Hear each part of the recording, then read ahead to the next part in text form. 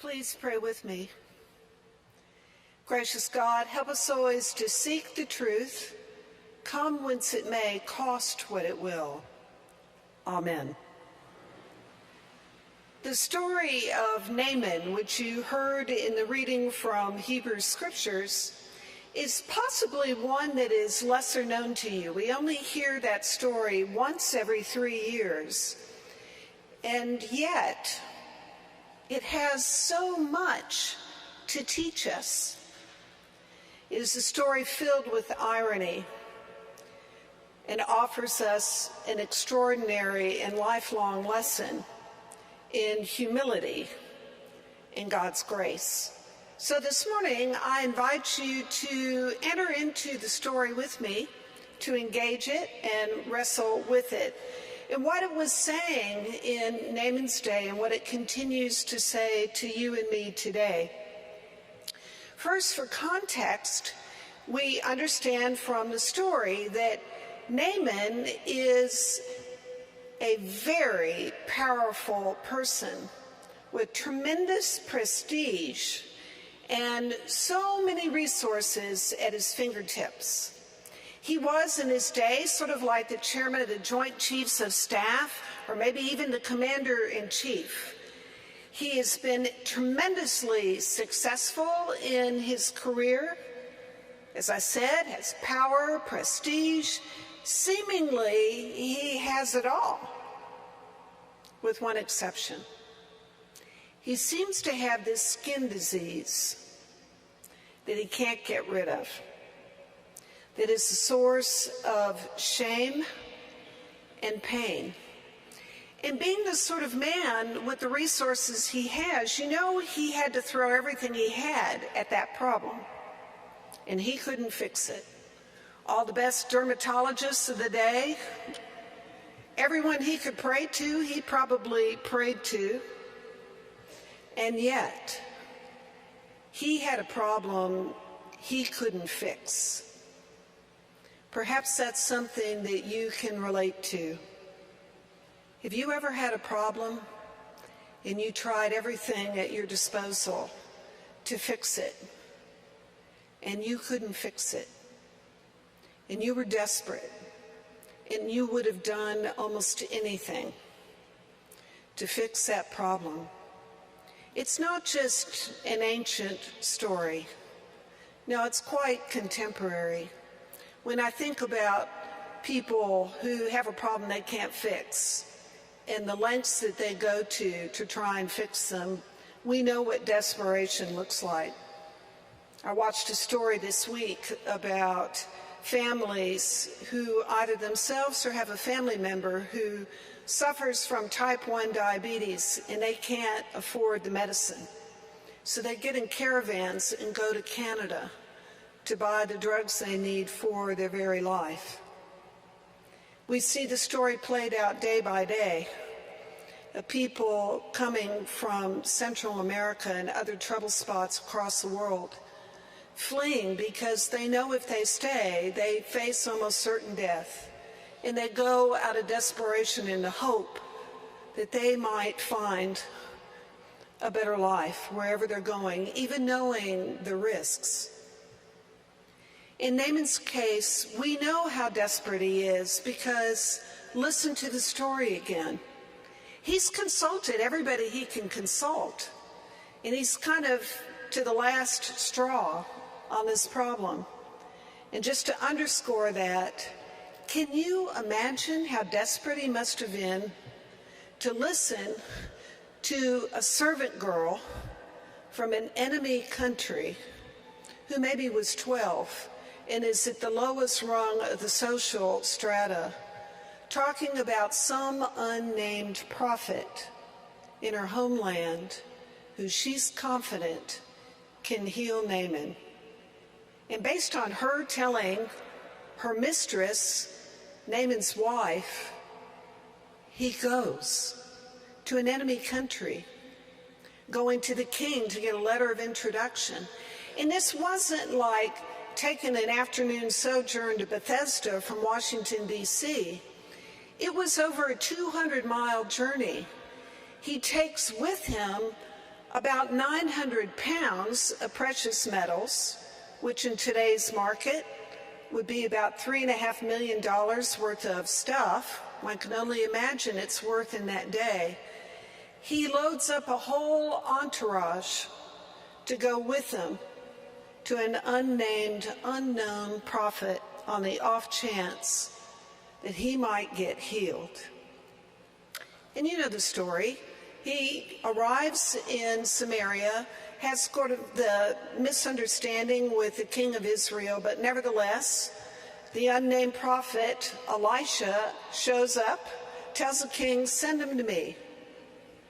So the great and mighty Naaman shows up with his whole entourage and loot at Elisha's door, and Elisha sends a messenger to Naaman and says, "Go to the Jordan River, wash yourself 7 times, and you'll be healed."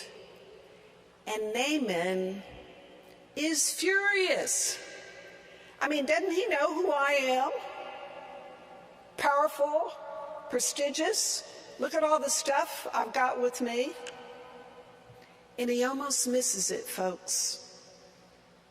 And in another ironic twist in the story, it is his lowly and faithful servants who stop him in his tracks and say, "You know,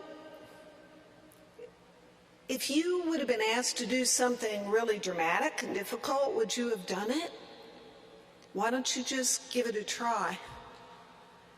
So Naaman has to park his ego, his pride, and his self-importance on the bank of the Jordan to receive what God intended. And Naaman thought that he knew what he needed, which was healing, which was essentially skin deep. But God had another plan. God wanted so much more for Naaman. We know that because the story continues. If you were paying attention, I asked the reader to go on 4 more verses than you have in your leaflet, because the real miracle of the story is what comes next. Naaman receives God's grace and restoration and relationship.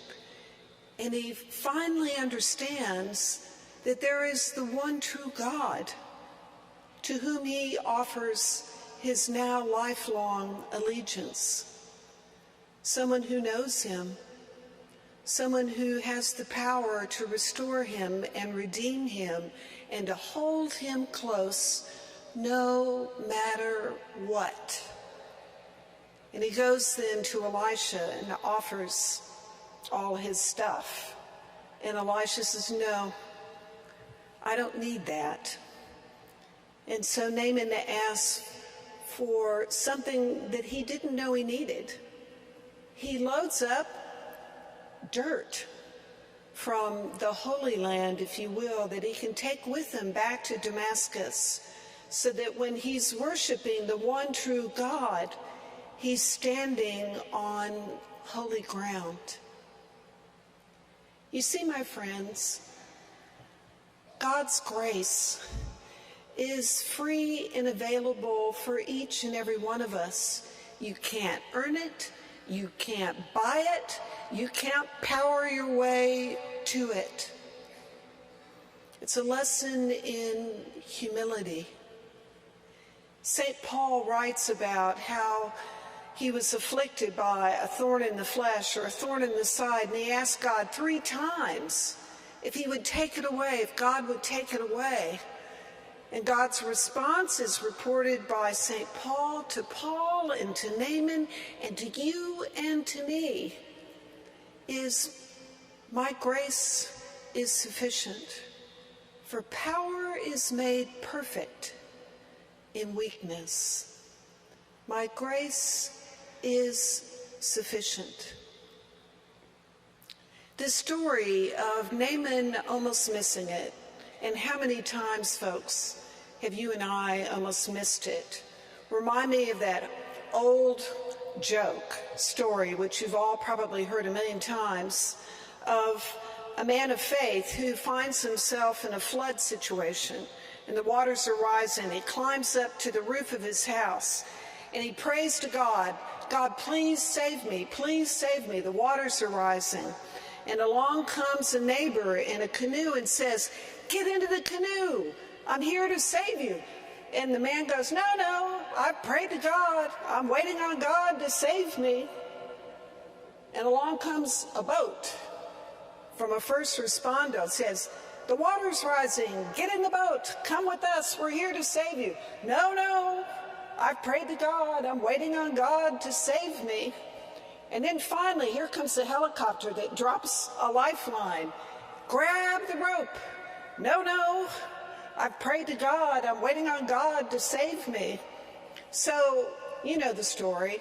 The floodwaters rise, the man dies, he goes to heaven and he goes, God, what happened? I'm a man of faith, I prayed to you. And God goes, I sent you a canoe, a boat, and a helicopter. What were you waiting for? What are we waiting for? God works in mysterious ways and sometimes sends us the most unlikely messengers to receive the very help in the words and the wisdom that we need. If you are in need, don't miss the boat. And if you are in a place where you have a boat, go out. Seek someone in need. We have so much work to do. Because at the end of the day, the lesson is to love God with all that we are and all that we have, and to love our neighbors as ourselves. Our world needs it. You and me and Naaman too. Amen.